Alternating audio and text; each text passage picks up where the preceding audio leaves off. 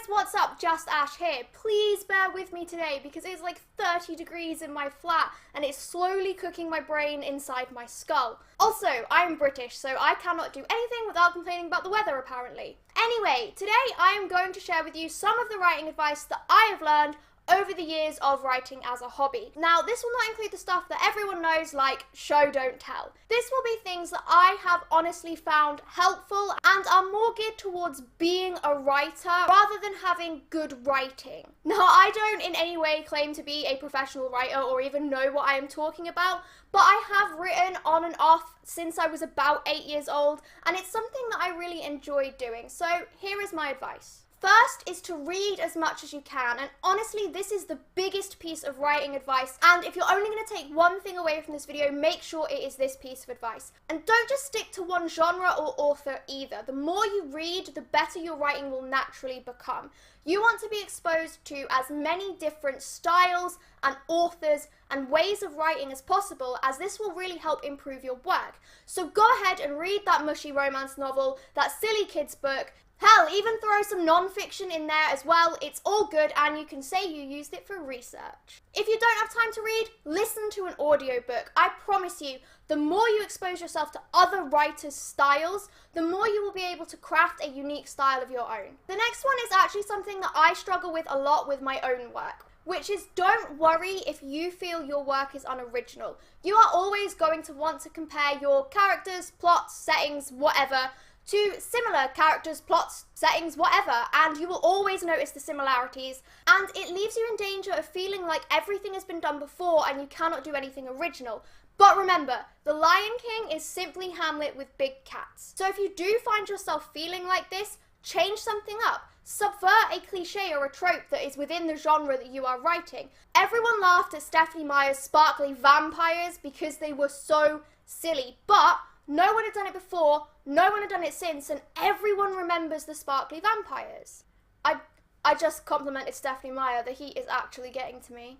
Be careful when subverting tropes and cliches though, because if you go too far and start messing with the expectations of everything within the genre you are writing, it can start to come across as a parody, but then that's not necessarily a bad thing.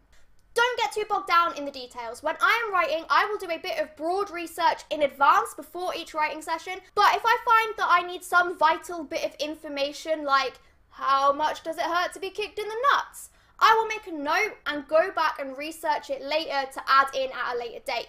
This is because when I'm writing and I'm in the flow, I don't necessarily want to break that flow to go and look up a bit of trivia or a trivial bit of information.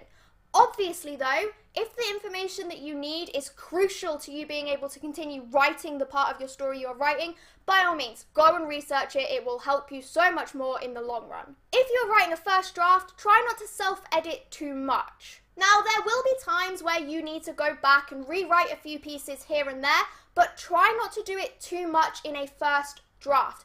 Basically, the idea of a first draft is to get as much down on the page as possible, and then you can use later drafts to go back and revise things. Know that there is no shame in writing fan fiction. If you have the time and the energy to write fan fiction, I highly recommend you do it. It is fantastic writing practice, especially for plot and plot-driven stories, because if you're writing fan fiction, chances are you are using characters that are already developed and worlds that have already been built, so you don't need to focus too much on that and can focus more on your plot. So go and write that Wolfstar smut. Who hasn't written fan fiction anyway? Please don't look at my AO3. If you can manage it, block out some time every day for writing, and if you can't manage that, try and write as often as you can anyway. This will get you into the habit of writing something every day. Now, you don't necessarily need to be working on the same piece every single day that you write. For example, the first day you could work on that fan fiction we just spoke about. The next day you can work on your fantasy epic, and the day after that you can simply do a stream of consciousness journal entry. Just make sure you are writing something every day. Plus, all of that writing that you are going to do, whether you are going to use it or not, will improve your writing skill. Now, when it comes to planning, what worked for J.K. Rowling might not work for you. And what I mean by this is everyone plans a story differently. Some people will plan out everything, right down to the tiny last insignificant little detail.